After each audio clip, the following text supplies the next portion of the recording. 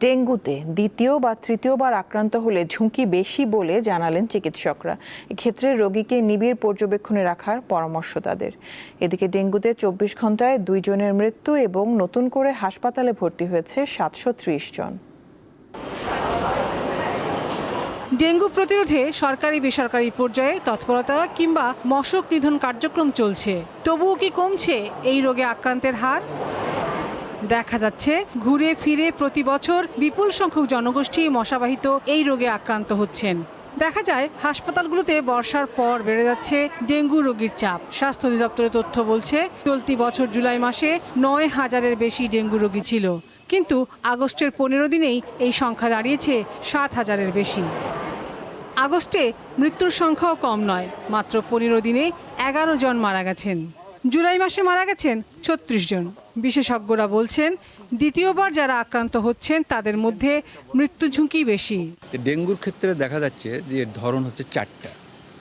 একটা হচ্ছে dengue 1, dengue 2, dengue 3 আর dengue 4।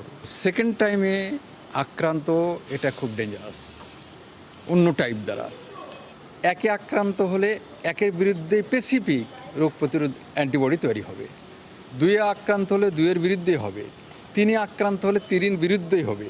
কিন্তু এই যেটা রোগ প্রতিরোধ ব্যবস্থা তৈরি হলো যে অ্যান্টিবডিটা, সেটা অন্য টাইপকে প্রোটেকশন দিবে না।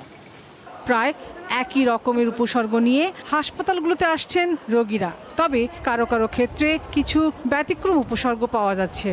কোনো কোনো ক্ষেত্রে এটা অবজারভেশন এবং রিপ্লেসমেন্ট থেরাপি, যেমন ধরুন রক্ত কম থাকছে, রক্ত দিচ্ছে, কখনো কখনো তার এনজাইম বেশি থাকছে, তাহলে এনজাইমের সাথে আমাকে সম্পূর্ণ বেড রেস্ট এবং অনেক সময় স্টেরয়েডও দিতে হচ্ছে। যদি ইনভলভমেন্ট থাকে, যেমন কার্ডিয়াক ইনভলভমেন্ট থাকছে, তাদেরকে স্টেরয়েড দিতে হচ্ছে, কিডনি ইনভলভমেন্ট থাকে, তাদের ডায়ালাইসিস করতে হচ্ছে।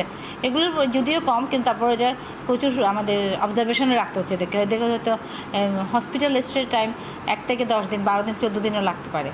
ডেঙ্গু প্রতিরোধে সর্বস্তরের মানুষের সচেতনতা জরুরি বলে মত বিশেষজ্ঞদের। জনস্বাস্থ্যবিদরা বলছেন এখন 3 দিনের বেশি জ্বর হলেই আর অবহেলা নয়, চিকিৎসকের পরামর্শ নিতে হবে আর রক্ত পরীক্ষা করাতে হবে। ডেঙ্গু প্রতিরোধে সচেতনতাই তাই এখন কেবল শেষ কথা নয়, নিজের বাসাবাড়ি সহ কর্মস্থল সব জায়গাতেই এডিস মশার বংশবিস্তার রুখে দেওয়াটাই এখন সবচেয়ে বড় দাবি। লাবণী গুহ, দীপ্ত সংবাদ, ঢাকা।